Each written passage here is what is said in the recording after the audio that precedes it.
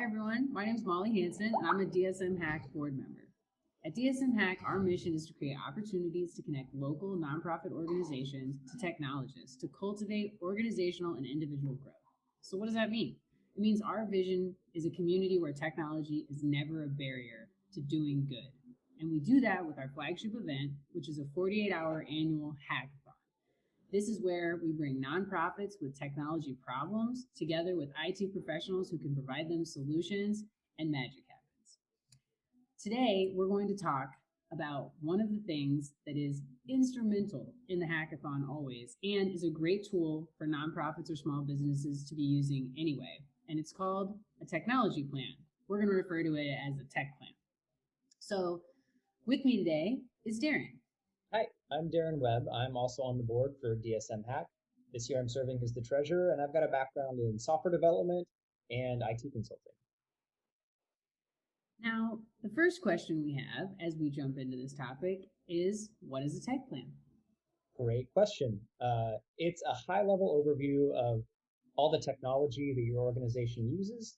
So it's pretty straightforward in that sense. And it's also kind of an outline for new organizations who may not have all that technology to know what types of things you might be needing to look for as your organization grows. So as dsmHack is doing the work that they do, hackathons, how did we decide to create a tech plan? We found that as we prepared organizations for the hackathon, we choose projects every year, and then we work with that nonprofit one-on-one to help fine-tune that project to make sure that it's something that could be completed successfully within 48 hours, and also that we have everything we need to get that hackathon team off to the races as soon as they start. There's been times in the past where we've been 36 hours into a 48-hour hackathon and we still don't have the password for the website because nobody knows where it is, and the one person who might moved to Cancun 6 years ago, so we have to figure out something.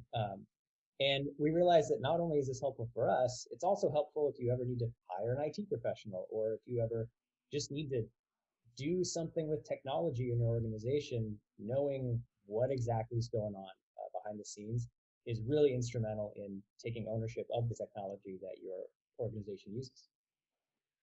So if I'm a new nonprofit, or I work for a nonprofit that doesn't really utilize technology to its fullest at this point, why would I go through a tech plan, or how would I even start?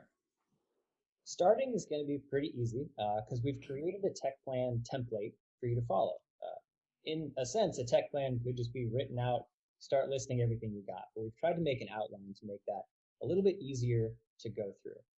The tech plan that we've created breaks it into a couple of sections. The first section here is your web presence, your online presence. That's your domain name, your hosting, your website, details on what that is, where that is, who you should contact if there's a problem, who you should contact about security questions. We also talk about social media in there because your Facebook presence might be just as important for you as your actual website. We also talk about more traditional IT things. This is your email. Who's your email provider? What addresses do you have? Are you billed per address or just one flat fee? We talk about device management. This is any technology devices that your organization might own. How are you keeping track of those? And also, do you have a bring your own device plan with your organization? Any data management you might need to be concerned with is also in here. Where do you store your important organizational documents? How do you find those? Is there any software that you specifically use beyond maybe the basic office software? Is there a key piece of technology that is very important? And password storage is one tiny section on here. Where do you store your passwords? This is a huge topic that we're going to be definitely coming back to in a future video. Because keeping those passwords safe is incredibly important and a large topic, and we want to make sure that that's part of this here. Where is that password? One of the final sections here is continuity planning. This is both disaster recovery. What do you do if your laptop crashes? Are you able to survive that type of thing? What is your plan? And then succession.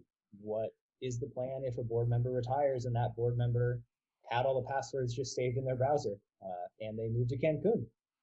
What do you do? Are you prepared for that situation? Are you setting up your organization for success. The final section here is more of a open-ended, short answer type of thing, a great conversation starter, and that's on strategic planning. What gaps exist in your organization? What are your long-term and short-term goals? What risks do you have? Great things to then talk about with your board, with IT professionals, or with us for a future hackathon project. And that's it for the tech plan. When it's all filled out, it looks really simple, but it can be complicated to create. And that's why having this information gathered is so important, because it can be difficult to find when you're under pressure. So it's good to do when you're not. So we're talking about technology from kind of the user standpoint of the nonprofit, the day-to-day, the in and outs. But how do you know when you really need an IT professional? Great question. As I was going through that, if you were thinking, wow, this is a lot, I wish I just had somebody who could do that for me. That's a completely understandable impulse. We tried to design this in a way that really anybody of any technological background, if you've got the interest to figure this out and you have found yourself in a position where it's now your responsibility within your organization to figure this stuff out, we tried to make it very approachable. We're explaining what things are, using phrases that are, if we don't explain it, we hope that they're very easily Googleable so you can figure that out. And we try to make this also a learning thing. If you want to be that technology person for your organization, this document is a great way to learn about what it takes to do that. All that said, sometimes you definitely need to have that focused person, and that might not be you. That might be somebody else, because your focus is on fundraising or your focus is on marketing.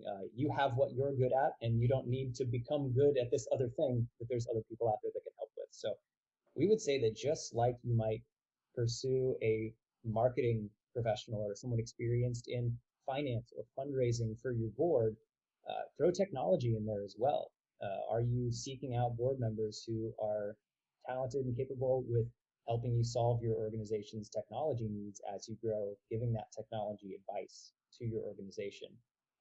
That's a person that would appreciate having a tech plan when they join, or that's a person who can help you create the tech plan as part of their joining. We also think that the tech plan is a great way to work with an IT professional. If you need to hire somebody to do work, if you hand them that tech plan when they come in the door, they're going to be able to get started a whole lot faster.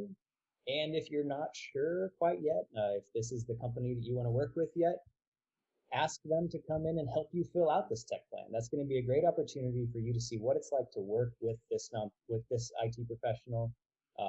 And are they willing to help you learn more about your technology? Just like you might take your car to a new mechanic, give them an oil change just to see if you like this person. Do the same thing with an IT company. Have them come in and help you create this tech plan. We believe that this is going to be useful regardless, and any IT professional you work with should be willing to help you create this as part of their service that they're offering you. Well, this makes a lot of sense. Is there anything else that we need to know about a tech plan before getting started? I would say just start. Parts of this might be hard and challenging, but it's good to discover those things so you know where your gaps are. Like I said, it's better to find out now that you don't know how your website works than to find out when suddenly your phone number is wrong on the website, or even worse, the website is down. You want to find that out now. If those are unknown unknowns, start looking into those and see what you can discover, and hopefully this plan is a good place to start on that. Well, thanks, Darin, and thank you all for joining us today. Check out our website. Check out our website for this and future videos, and thanks for joining us. Thanks. Bye.